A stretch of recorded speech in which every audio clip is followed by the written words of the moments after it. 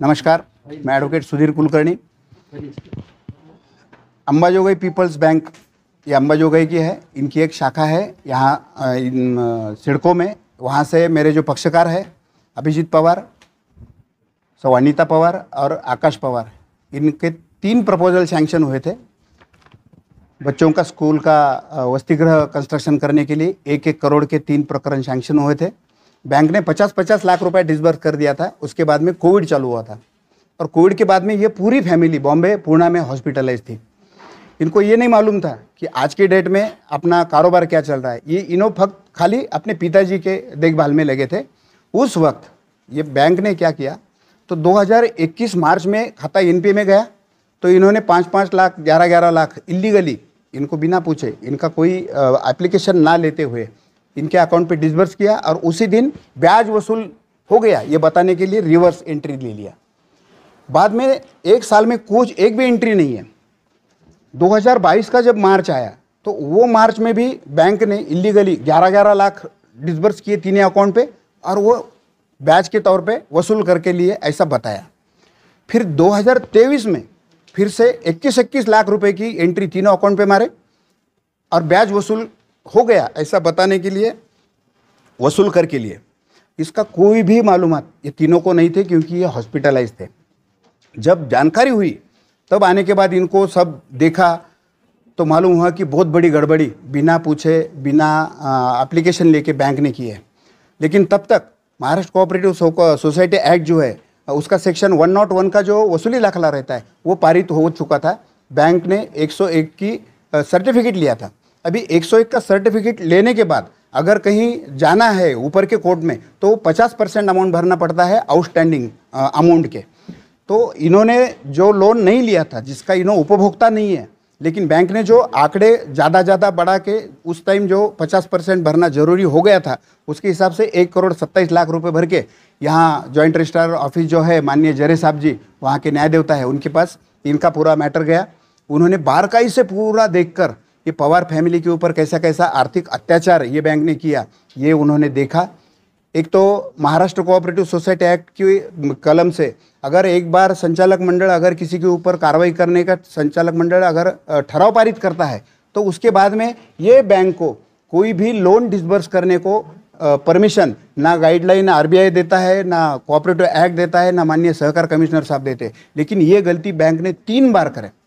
101 का दाखला निकालने के बाद भी इन्होंने 21-21 लाख रुपए इन तीनों के अकाउंट पे डाले और ब्याज के तौर पे वसूल करके लिए। ये माननीय जरे साहब ने बहुत बारकाई से पूरा प्रकरण देख के इनको न्याय दिया है।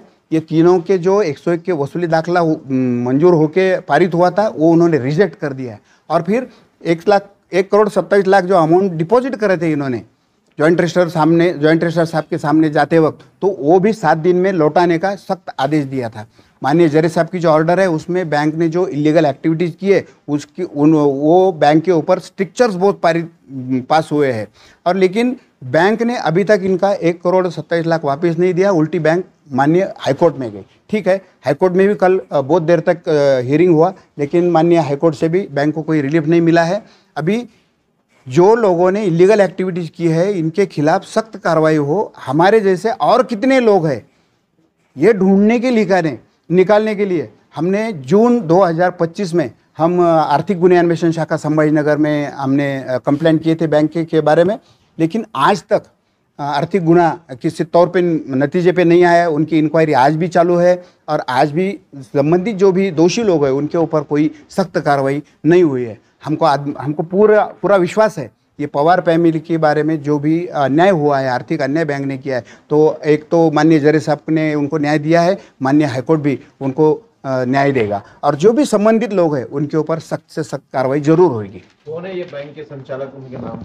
बैंक के संचालक तो पापा सेठ मोदी बोल के चेयरमैन साहब है अंबाजोगाई के, और बाकी तो पूरा बैंक का 13-14 लोगों का संचालक मंडल है। और उनको भी पहली तारीख से ये मालूम है कि क्या क्या हुआ है।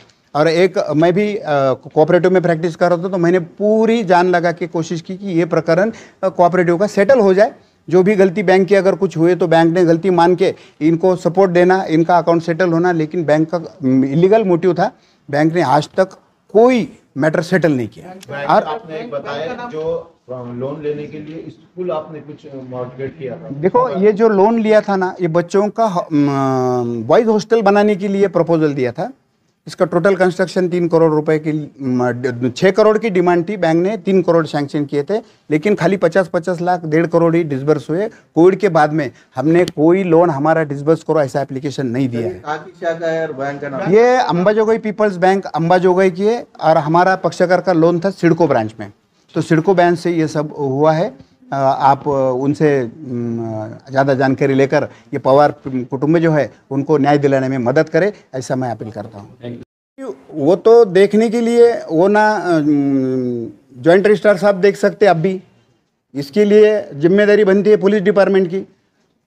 तो कितने विक्टिम लोग हैं, ऐसे किस किस बात किन किन सफ़र है, ये देखने के लिए तो गुन्हे अन्वेषण शाखा ने तुरंत FIR लॉन्च करके बाकी की इंक्वायरी करना जरूरी है। अगर वो नहीं करते हैं, अभी तक तो कुछ किए नहीं उन्होंने, लेकिन अभी करना चाहिए। अगर उन्होंने नहीं करते तो हम माननीय सहकार कमिश्नर के पास जा रहे हैं, और फिर सहकार कमिश्नर साहब का ऑफिस और सहकार पूरा विभाग इसकी इंक्वायरी करेगा, और फिर सामने आ जाएगा सब। फसवणूक झाली तुमची, ते बँकेच्या विरोधात काय कारवाई व्हायला पाहिजे? बँकेच्या विरुद्ध सक्त कारवाई व्हायला पाहिजे। अशा प्रकारची कर्जदाराची कधीही फसवणूक होता कामा नये। मी सहकार क्षेत्रातच वकिली करतो, अनेक बँकांच्या पतसंस्थांच्या पॅनलवरती मी आहे। आपण ठेवीदारांचं हित जोपासण्याची जेवढी काळजी घेतोय त्याच्याही पेक्षा कर्जदारांचं सुद्धा हित जोपासणं गरजेचं आहे, कारण कर्जदाराच्या व्याजांवर हा सगळा बँका आणि पतसंस्थेचा व्यवहार चालत असतो। त्यामुळं न्यायिक बुद्धीनं सगळ्यांना चांगली आणि कायद्याच्या चौकटीत सगळी वागणूक दिली गेली पाहिजे। कारण आपल्या छत्रपती संभाजीनगरमध्ये अनेक बँकेने फसवणूक केलेली आहे। ते संचालक मंडळ हर्सुल जेलमध्ये आहे, यांना पण जेलमध्ये टाकण्याचे तुमचं काही प्रयत्न आहे का? काही तुम्ही माननीय जरे साहेबांचा आदेश पाहता या कर्ज तिन्ही प्रकरणामध्ये खूप गडबडी झालेल्या आहेत। याचे स्ट्रिक्चर्स पास आहेत, आपण सगळ्यांना मी निकालाच्या प्रती दिलेल्या आहेत, आपण त्याचं अवलोकन करावं अशी विनंती आहे। आणि खरोखर हे दोषी आहेतच, म्हणजे आता जॉईंट रजिस्ट्रार साहेबांचा आदेश तेवढ्या निर्णयापर्यंत आलेला आहे, हे प्राधिकरण या निर्णयापर्यंत आलेलं आहे, असं जर माननीय विभागीय जॉईंट रजिस्ट्रार साहेब जर बोलत आहेत तर पोलीस खात्यानं सुद्धा त्याची गंभीर दखल घेऊन तातडीनं गुन्हा नोंदवायला हरकत नव्हता, परंतु आजपर्यंत तसं झालेलं नाही आहे। आर्थिक गुन्हे शाखेकडे आम्ही जून महिन्यापासून सातत्यानं फॉलोअप घेत आहोत, पण अजूनही गुन्हा नोंद झालेला नाही आहे। याचे मागे काय पॉलिटिशियन आहेत सर, त्याचा अंदाज आम्ही कर्जदार लोक कसा लावू शकतो? आम्हाला फक्त न्याय पाहिजे, म्हणून आम्ही वरिष्ठांसमोर न्यायश्रीत झालो। माननीय जरे साहेबांनी आम्हाला योग्य न्याय दिलेला आहे, आणि माननीय उच्च न्यायालयात सुद्धा हे प्रकरण टिकणार नाही। माननीय उच्च न्यायालय सुद्धा माननीय जरे साहेबांनी जो आदेश पारित केला आहे तो 100% कायम करील याची पूर्ण खात्री आम्हाला आहे। सर, याच्यामध्ये आता पूर्ण भारत आपला जो आहे डिजिटल झालेला आहे, बरोबर। आपलं ऑनलाईन ट्रान्झॅक्शन जे होत असते तर आपल्याला मेसेज वगैरे काही आपण 72 दादा, ऑनलाईन पूर्ण डिजिटलायझेशन झालेलं आहे। प्रत्येक एंट्रीचा आपल्याला SMS येतो, पण कोविडच्या काळामध्ये जे कुटुंब हॉस्पिटलाइज होतं, जे कुटुंब फक्त आपल्या वडिलांच्या उपचारार्थ होतं, त्यांनी नाही पाहिले हे झालेले ट्रान्झॅक्शन। त्यावेळी त्यांना SMS का नाही आले माहीत नाही, आणि ह्या सगळ्या गडबडी जेव्हा लक्षात आल्या तिथनं पुढे हा न्यायिक लढा चालू झालेला आहे, जो आजपर्यंत आत्ता समाज माध्यमांसमोर या सगळ्या मीडियासमोर सुद्धा आत्ता आलेला आहे। आता तुम्ही पोलीस प्रशासनाकडे गेले तर काय तुम्हाला त्यांनी आश्वासन दिलं? काय त्यांनी चौकशी सुरू आहे। आम्ही बीट DDR कडून एक विशेष रिपोर्ट मागू, आणि त्याच्यानंतर गुन्हा नोंदविण्याची आमची प्रक्रिया अंतिम टप्प्याला येईल, असं शेवटच्या वेळी आम्हाला गुन्हे अन्वेषण शाखेने सांगितलेलं आहे, आणि आमचं सातत्यानं फॉलोअप चालू है। इमीडिएट रिलीफ क्या चाहते हो? सर, इमीडिएट रिलीफ तो जो इसमें जिन्होंने बुरा विचार करके, बुरा सोच के जिन्होंने ये फैमिली को परेशान किया है, उनको तो सज़ा मिलनी चाहिए, और उनके खिलाफ सख्त से सख्त कार्रवाई होनी चाहिए, और ऐसा किसी के साथ भी नहीं होना चाहिए। इसमें कोई पर्सनल एंगल नजर आता है आपको? सर, पर्सनल एंगल का तो बोलना मुश्किल है, लेकिन एक बात सही है, स्कूल की बिल्डिंग जो मॉर्गेज थी, देखो एक अहम जानकारी मैं अभी देता हूं, थोड़ा सा एक महत्वपूर्ण मुद्दा रह चुका था। टोटल लोन था, सैंक्शन लोन था 3 करोड़, बराबर है। उसमें से डिसबर्स कितना हुआ था? 50-50 लाख, मतलब 1.5 करोड़। ये लोन को जो मॉर्गेज प्रॉपर्टी है उसका आज का वैल्यूएशन 40 करोड़ का है। जो 101 का सर्टिफिकेट निकला तब आउटस्टैंडिंग था 2 करोड़। उसके बाद में हम जब जॉइंट रजिस्ट्रार साहब के पास गए तब आउटस्टैंडिंग था 2.5 करोड़। तो 2.5 करोड़ के 50% हमने 1 करोड़ 27 लाख भरे, मतलब अभी भी बैलेंस कितना था वैलिड? 1 करोड़ कुछ। बराबर है, बैंक के हिसाब से हमने तो 1.5 करोड़ लिया है, लेकिन बैंक ने जो इलीगल एक्टिविटीज़ करके जो लोन अकाउंट एक्सट्रैक्ट बड़ा किया है उनके हिसाब से 1.5 करोड़ है। फिर 1.5 करोड़ वसूली के लिए आप कितना प्रॉपर्टी मॉर्गेज रहते हुए भी 72 एकड़ ज़मीन पे बोझे चढ़ाएंगे? मतलब इनका जो धंधा है वो लेआउट करके छोटे छोटे प्लॉट बेचते हैं, तो ये फाइनेंस नहीं उपलब्ध होना इनको, या इन्होंने फिर बैंक को सरेंडर हो जाना और फिर बैंक ने जो भी बैंक बोलेंगी उतना अमाउंट भर देना चाहिए, यही शायद बैंक की अपेक्षा थी। जाणून बुजून या कर्ज खात्याला हॅरेसमेंट खूप केली आमची. प्रचंड ऐका ना, प्रश्न तुम्हाला असा आहे, ज्या बँकेने मोडगेज केलेले आहे तलाट्याकडे ते रिपोर्ट जातो, तलाठी अहवाल घेतल्यानंतर ते तुमची संमती घेतल्यानंतर ते ओझ चढवतात 7/12वर, पण हे तुमची संमती याच्यामध्ये तलाठी स्पेशल रिकव्हरी ऑफिसरला एकदा वसुली दाखला मिळाल्यानंतर त्यांना महाराष्ट्र सहकार कायद्याप्रमाणे विशेष अधिकार प्राप्त आहेत. ते कोणत्याही म्हणजे या कर्जाशी निगडीत कर्जदार, जामीनदार, कर्जदाराच्या बिना तारण प्रॉपर्टी बोजा चढवू शकतात. पण या प्राप्त अधिकाराचा किती गैरवापर करायचा याचा हा उच्चांक आहे आणि सुंदर उदाहरण आहे. त्यामुळं माननीय झरे साहेबांनी यातले जे स्पेशल रिकव्हरी ऑफिसर आहेत त्यांनी जी बेकायदेशीर कृती केलेली आहे त्यांच्याबद्दल सुद्धा स्ट्रिक्चर्स पास केलेले आहेत. आणि अशा प्रकारे कोणत्याही बँकेनं एखाद्या कुटुंबाला आर्थिकदृष्ट्या एवढंही वाईट हेतूनं प्रेरित होऊन पीडित करण्याचं काही कारण नाही है. बैंक ने आपके साथ जो कुछ किया है उससे फाइनेंशियल लॉस हो रहा है क्या पवार फैमिली? सर पूरा फाइनेंशियल लॉस हुआ है. पवार फैमिली के जो पिताजी है वो इतने सदमे में है कि वो जगह से उठ नहीं सकते हैं. आज भी उनको फ़ोन आया तो उनको लगता है कि बैंक मेरी प्रॉपर्टी सील करने को आई, बैंक मेरी स्कूल जब्त करने को आई. तो इसका क्या कीमत लगाएंगे हम? आज क्या कीमत लगाएंगे? इसके लिए आप पुलिस कमिश्नर से क्या विनंती करें? हम पुलिस कमिश्नर साहब को भी मिले हैं. हम आर्थिक गुन्हे अन्वेषण शाखा के वो जो प्रमुख है माननीय संभाजी पवार साहब, उनको भी हम 2-3 बार जाकर मिले हैं. इसका जो भी जानकारी है वो बहुत जल्दी पूरी करके आगे की कार्रवाई करेंगे ऐसा खाली बोलते हैं उन्होंने. लेकिन जनवरी से लेकर हम आज तक न्याय मिलने के लिए वेटिंग को है. हाँ, और हम चाहते हैं कि जो भी लोग हैं उनके ऊपर सख्त कार्रवाई होना जरूरी है. नमस्कार. अंबाजोगाई पीपल्स बैंक शाखा संभाजीनगर ने 3 कर्ज प्रकरणं मंजूर केली होती. अभिजित पवार 1 कोटी, अनिता पवार 1 कोटी आणि लहान भाऊ आकाश पवार 1 कोटी हे वसतिगृहाच्या बांधकामासाठी कर्ज मंजूर केले होते 2020ला. या तिन्ही कर्ज प्रकरणापोटी 50-50 लाख रुपयाचं कर्ज वितरित झालं होतं आणि त्यानंतर कोविड लागला. 18 महिन्याचा मॉनिटरिंग पिरियड या कर्जाला होता. मुलांच्या वसतिगृहाच्या बांधकामासाठी हे कर्ज मंजूर झालं होतं. कोविड सुरू झाल्यामुळे त्या बांधकामाला गती देता आली नाही. या दरम्यानच्या काळामध्ये हे सगळं कुटुंब हॉस्पिटलाइज होतं. मूळ कर्जदार जे 3 जण आहेत त्यांचे पूज्य पिताजी जे दोन्ही भावांचे गोवर्धनजी पवार हे खूप सिरियस होते आणि हे निरनिराळ्या वैद्यकीय उपचारासाठी त्या कालावधीमध्ये मुंबई आणि पुण्याच्या हॉस्पिटलमध्ये होते. म्हणजे ह्या सगळ्या कुटुंबाचं लक्ष फक्त वडिलांची औषधोपचार असाच होता. या दरम्यानच्या काळामध्ये बँकेनं कर्जदाराची कुठलीही कर्ज मागणी न घेता, अर्ज न घेता परस्पर 21 मार्चला काही रकमा यांच्या खात्यावर ट्रान्स्फर केल्या आणि त्या परत व्याजापोटी काढून घेतल्या. त्यानंतर सलग दुसऱ्या वर्षी मार्च 2022ला पुन्हा 11 लाख रुपयाच्या रकमा, कर्जदाराची कुठली मागणी नाही, कर्जदाराचा कुठला अर्ज नाही, कर्जदाराला माहिती पण नाही, फक्त आर्थिक खाते उतार्यामध्ये आमची वसुली झाली हे दाखवण्यासाठी किंवा इतर वाईट हेतूने प्रेरित होऊन पुन्हा 11 लाख रुपये तिन्ही कर्ज खात्यावर डिस्बर्स करण्यात आले. त्याच दिवशी ते परत घेण्यात आले. याची कुठलीही खबर कर्जदारांना नव्हती. पुन्हा शेवटी 2023च्या मार्चला पुन्हा 21 लाख रुपये या कर्ज खात्यावर वर्ग केले गेले आणि ते व्याजापोटी वसूल झाले असं दाखवण्यात आलं. या दरम्यान सहकार कायद्याप्रमाणे बँकेने कलम 101 महाराष्ट्र सहकारी संस्था कलम 101ची कारवाई करण्यासाठी 2022ला तालुका उपनिबंधक सहकारी संस्था परसेवा पडेगाव यांच्याकडे अर्ज दाखल केले होते. खरं तर एकदा सहकार कायद्याप्रमाणे एखाद्या कर्ज खात्यावर NPA झाल्यानंतर संचालक मंडळाने जर कलम 101ची कारवाई सुरू करायला ठराव मान्य केला असेल तर अशा कर्ज खात्यावर कोणत्याही स्थितीमध्ये बँकेला फायनान्स करता येत नाही.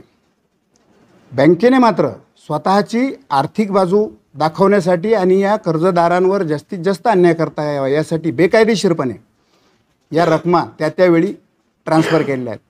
एकदा कलम 101चा ठराव पारित झाल्यानंतर हे प्रकरणं दाखल झाली. गंमत ही आहे की कलम 101चा वसुली दाखला निर्गमित झाल्यानंतरसुद्धा सगळ्यात शेवटच्या 21 लाख रुपयाच्या रकमा यांच्या कर्ज खात्यावर बँकेने विना मंजुरी यांची विना मागणी ट्रान्सफर केल्या आणि व्याजात वळत्या करून घेतलेल्या. RBIचे गाईडलाईन, महाराष्ट्र सहकारी संस्था अधिनियम, माननीय सहकार कमिशनर साहेबांचे परिपत्रकं असं करायला बँकेला कोणतीही परवानगी देत नाहीत. एकदा NPA अकाउंट झाल्यानंतर त्या अकाउंटला डायरेक्ट किंवा इनडायरेक्ट फायनान्सच करता येत नाही, हा मूळ कायदा आहे. परंतु बँकेने या 3 जणांच्या कर्ज खात्यामध्ये प्रचंड मोठी गडबड केली. हे या कर्जदारांना माहीत नव्हतं, कारण हे सगळे कर्जदार हे हॉस्पिटलाइज होते. ही माहिती जेव्हा झाली त्यावेळी या सगळ्या प्रकाराची दाद माझ्यामार्फत, मी ॲडव्होकेट सुधीर प्रभाकर कुलकर्णी यांच्यामार्फत आम्ही विभागीय जॉईंट रजिस्ट्रार साहेब जे आहेत, विभागीय सहकारी संस्था निबंधक, विभागीय सहनिबंधकांसमोर, माननीय जरे साहेबांच्या समोर आम्ही हे रिव्हिजन दाखल घेऊन गेलो. ही रिव्हिजन पाहिल्यानंतर या कायद्यामधली एक बार आहे की एखादा कलम 101चा वसुली दाखला जर आव्हानित करायचा असेल तर त्या दिवशीच्या आउटस्टँडिंगपर्यंतची 50% रक्कम कर्जदारानं भरल्याशिवाय ते रिव्हिजन मेंटेनेबल होत नाही. आणि म्हणून माननीय जरे साहेबांच्या आदेशाप्रमाणे या तिन्ही कर्जदाराच्या वतीने 1,27,00,000 रुपयाचा रक्कम या 3 कर्ज खात्यामध्ये 50% रकमेसाठी आम्ही भरणा केलेल्या आहेत. आणि ही रक्कम भरणा केल्यानंतर मात्र आमचे मेरिटवर मॅटर डिसाईड करण्यासाठी आम्ही पात्र झालो.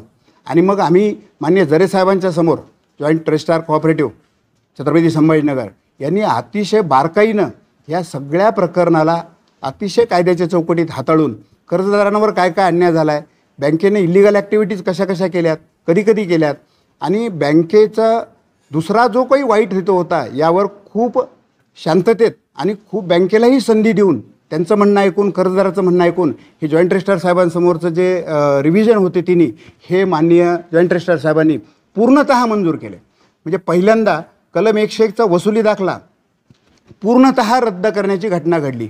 त्याच्यासोबत सहकार कायद्याप्रमाणे जे 50% रक्कम भरणा केलेली होती रिव्हिजन दाखल होत असताना 1,27,00,000 ती त्या कर्ज खात्यामध्ये 7 दिवसाच्या आत जमा करा, कर्जदाराला परत करा आणि त्याचा लेखी अहवाल या प्राधिकरणाला कळवा, असाही मान्य जरे साहेबांचा आदेश होता. परंतु या प्रकरणामध्ये सुरुवातीपासून बँकेची वर्तणूक जी होती ती अतिशय उद्दाम होती. 50% रक्कम भरून मान्य जरे साहेबांनी स्टे दिला होता या मॅटरला. त्यावेळीस बँकेने या तिन्ही कर्जदाराच्या जामीनदार आणि कर्ज खात्यात मिळून 12 अकाउंट हे सील केलेले होते. त्याला कुठलाही व्यवहार करण्यास मज्जाव केला होता. ते अकाउंटसुद्धा यांनी मोकळे केले नव्हते आणि मान्य जरे साहेबांच्या आदेशाचं त्याही वेळेस यांनी पालन केलं नव्हतं. आणि मूळ वसुली दाखला ज्यावेळेस ज्यावेळेस रद्द झाला तर 7 दिवसाच्या आतमध्ये 1,27,00,000 परत करा असा आदेश होता. त्याचंही पालन या बँकेने केलं नाही. उलट या तिघा कुटुंबाची, या पूर्ण कुटुंबाची, या पवार कुटुंबाची पूर्ण आर्थिक नाकाबंदी करण्यासाठी जरी सहकार खात्याप्रमाणे विशेष रिकव्हरी ऑफिसरला यांच्या स्थावर मालमत्तेवरती जप्ती बोजा निर्माण करण्याचे अधिकार होते, यांचे बँक अकाउंट गोठवण्याचे अधिकार होते, परंतु मूळ लक्षात घ्यावं की मूळ आउटस्टँडिंग होती 2.5 कोटी. यापैकी 1.5 करोड रुपये यांनी घेतलेले आहेत, 50 लाख. यानंतरच्या ज्या रकमा आहेत त्या बँकांनी अनाधिकृत नावे टाकल्यात आणि वसूल केल्यात. या तिघांनाही 50% रक्कम जी भरायला लागली तर ती घेतलेल्या कर्जाची 50% भरायला लागली. बँकेने जे आकडे फुगवून टाकले त्या दिवशी जी आउटस्टँडिंग होती त्याच्या 50% भरायला लागली. हे 1,27,00,000 भरून जी आउटस्टँडिंग राहिली होती त्याच्या व्यतिरिक्त यांची आर्थिक नाकाबंदी करण्यासाठी बँकेने या परिवाराच्या 72 एकर जमिनीवर बोजे चढवले. म्हणजे हेतू काय होता तर या परिवाराला कोणाकडूनही आर्थिक उपलब्धी नाही झाली पाहिजे, हे 50% रक्कमसुद्धा भरणा करू नाही शकले पाहिजे आणि हे कुठल्याही कोर्टामध्ये मान्य न्यायालयात न्यायश्रीत होऊ नाही शकले पाहिजे, असा कुटील डाव या सगळ्या प्रकरणातून लक्षात येतो. आणि म्हणून माननीय जरे साहेब, विभागीय सहनिबंधक सहकारी संस्था यांनी अतिशय बारकाईनं हे सगळं प्रकरण न्यायिक पद्धतीनं न्यायाच्या समतोल तराजूमध्ये या सगळ्या अपिलार्थीच्या बाजूनं निकाली दिलेला आहे. आणि हे सगळं आदेशित करत असताना मान्य जरे साहेबांचे जे फाइंडिंग्स आहेत तर अशा पद्धतीची जर कारवाई एखादी बँक करत असेल तर त्या बँकेवर सहकार कायद्याप्रमाणे विशिष्ट मंडळ नेमून त्यांची आर्थिक सगळी चौकशी करण्याचे सेक्शन 83ची कारवाई चालू करून अशा पद्धतीनं कर्ज वाटप करून जर ते थकीत राहत असेल तर त्याची सगळी जबाबदारी ही त्या बँकेच्या संचालक मंडळावर निश्चित केली पाहिजे. अशा प्रकारचे कठीण कठोर ताशेरे ओढलेले आहेत. हा प्रकार होत असताना या कुटुंबाला न्याय मिळावा, या तिन्ही खात्यामध्ये जो काही आर्थिक गैरव्यवहार बँक करू पाहतीये केलेला आहे याची दाद मागण्यासाठी आम्ही जून 2025मध्ये आर्थिक गुन्हे अन्वेषण शाखेकडे न्यायाश्रित झालो होतो की याची खातेनिहाय चौकशी करा आणि जर दोषी आढळलेत तर त्यांच्यावर योग्य ती कारवाई करा. म्हणून जून 2025मध्ये आम्ही गुन्हे अन्वेषण शाखेकडे लेखी तक्रार दिलेली, त्याची पोचपावती आपल्याकडे आहे. दुर्दैवाने अजूनही गुन्हे अन्वेषण शाखेची चौकशी पूर्ण होत नाही आणि संबंधितांवर कुठलीही कारवाई कडक झाली आहे असं काही लक्षात येत नाही. या सगळ्या गोष्टीचा पाठपुरावा घेत असताना आम्ही बँकेच्या विरोधात माननीय मुख्यमंत्री महोदय यांच्याकडे, माननीय सहकार कमिशनर पुणे यांच्याकडे, त्यानंतर RBIकडे योग्य त्या पद्धतीनं आम्ही दाद मागितलेल्या आहेत. अर्जदार बँकेने या पवार कुटुंबाच्या विरुद्ध हायकोर्टात एक प्रकरण दाखल केलं. त्याच्यात काल मोठी सुनावणी झाली. त्यातही त्यांना कुठलाही मनाई हुकूम मिळू शकलेला नाही. 2 आठवड्याची मुदत माननीय उच्च न्यायालयाने या प्रकरणात अंतिम युक्तिवादासाठी ठेवलेली आहे. परंतु या सगळ्या प्रकारामध्ये माननीय जरे साहेबांच्या आदेशाचं जर आपण अवलोकन केलं तर असं लक्षात येतं आहे की खूप मोठे आर्थिक घोटाळे या तिन्ही कर्ज खात्यात विनाअधिकार झालेले आहेत. RBI NPA झालेल्या प्रकरणाला रिफायनान्स करायला परवानगी देत नाही. कलम 101चा ठराव पारित केल्यानंतर कोणत्याही पद्धतीनं डायरेक्ट इनडायरेक्ट फायनान्स माननीय संचालक मंडळाला सुद्धा करता येत नाही. जरी संचालक मंडळ हे त्या बँकेचं परिपूर्ण अधिकार प्राप्त असलेलं जरी असलं तरी त्यांना कायद्याच्या चौकटीत हा व्यवहार करावा लागतो. अशा प्रकारचा आर्थिक व्यवहार समाजासमोर, माध्यमांसमोर आणि मग अनेक गोष्टीला प्रश्नांकित करणारा समोर येऊ नये म्हणून पवार कुटुंबियाच्या वतीनं हे प्रकरणं सेटल व्हावेत आणि याच्यात कुठला तरी तडजोडीनं मार्ग निघावा असा भरपूर प्रयत्न झाला. परंतु बँकेच्या उद्दाम प्रवृत्तीमुळे हे प्रकरण तडजोडीने सुद्धा मिटलेलं नाही आहे आणि आज घडीला माननीय विभागीय सहनिबंधकाकडून पूर्ण न्याय या कुटुंबाला मिळालेला आहे. लवकरच आम्ही माननीय सहकार कमिशनर साहेबाकडे हे प्रकरण पूर्ण घेऊन बँकेच्या या सगळ्या प्रकरणाची सखोल चौकशी करण्यासाठी सेक्शन 83साठी अप्लाय करत आहोत आणि जिथे जिथे पवार कुटुंबाला न्याय मिळण्यासाठी जे जे काही करता येईल ते ती योग्य ते पावलं उचलत आहोत.